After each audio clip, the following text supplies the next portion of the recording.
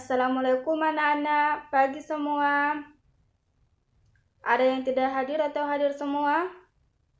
Baiklah, sebelum memulai pelajaran, marilah baiknya kita berdoa sesuai kepercayaan masing-masing.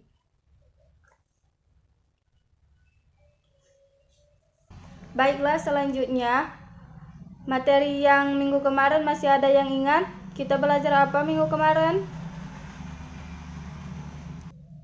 Benar, kita minggu kemarin belajar tentang termometer atau suhu, yang dominannya suhu. Nah, sekarang ada yang tahu, masih ingatkah apa itu pengertian dari suhu? Benar sekali. Suhu merupakan ukuran atau derajat panas dinginnya suatu benda atau sistem. Nah, sekarang kita akan belajar tentang kalor dan perpindahan kalor.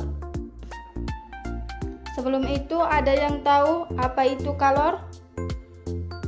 Nah, betul sekali. Kalor itu merupakan suatu panas yang bisa berpindah dari benda yang memiliki kelebihan kalor menuju benda yang kekurangan kalor. Nah, ada yang tahu perpindahan kalor itu ada berapa? Betul sekali, perpindahan kalor ada 3. Pertama itu konduksi, konveksi, terus radiasi.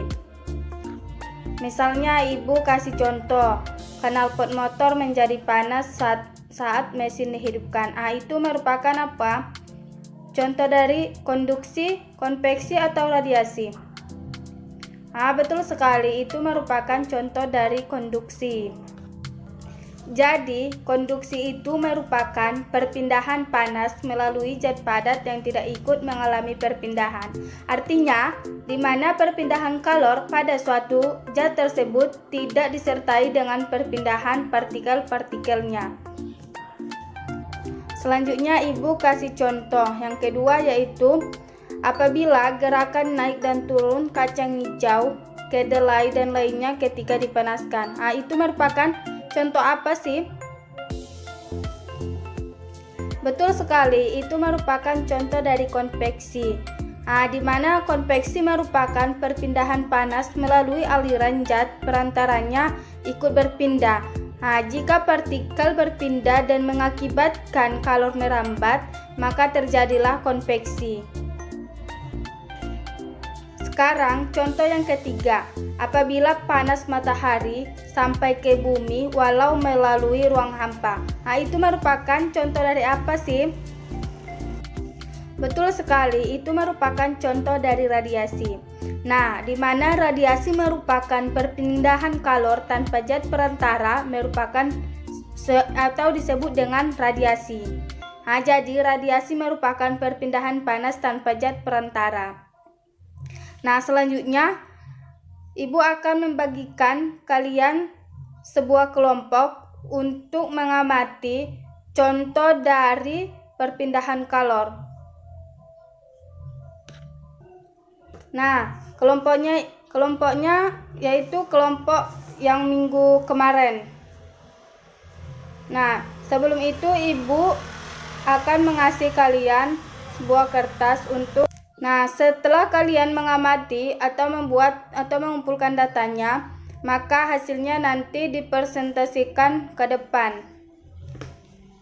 Ibu tunggu sampai 15 menit. Nah, waktunya sudah selesai.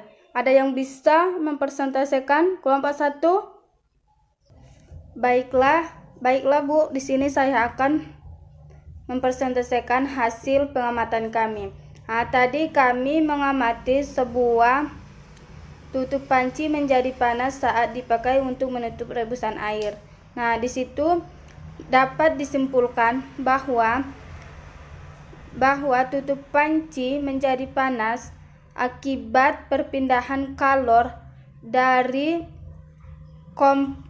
api kompor ke panci, maka terjadinya sebuah konduksi sehingga tutup panci itu menjadi panas. Nah, betul sekali. Dan di sini ibu akan menyimpulkannya. bahwa tutup panci menjadi panas saat dipakai untuk menutup rebusan air itu disebabkan karena perpindahan dari api kompor tersebut, perpindahan kalornya ke tutup panci sehingga terjadi konduksi. Sehingga konduksi itu merupakan perpindahan panas melalui zat padat yang tidak ikut mengalami perpindahan. Artinya, perpindahan kalor pada suatu zat tersebut tidak disertai dengan perpindahan partikel-partikelnya. Nah, dapat Ibu simpulkan lagi perpindahan kalor itu ada 3. Pertama yaitu perpindahan konduksi, konveksi, serta radiasi. Nah, cukup sekianlah pertemuan kita hari ini. Kurang dan lebihnya Ibu mohon maaf. Wabillahi taufiq wal hidayah. Wassalamualaikum warahmatullahi wabarakatuh.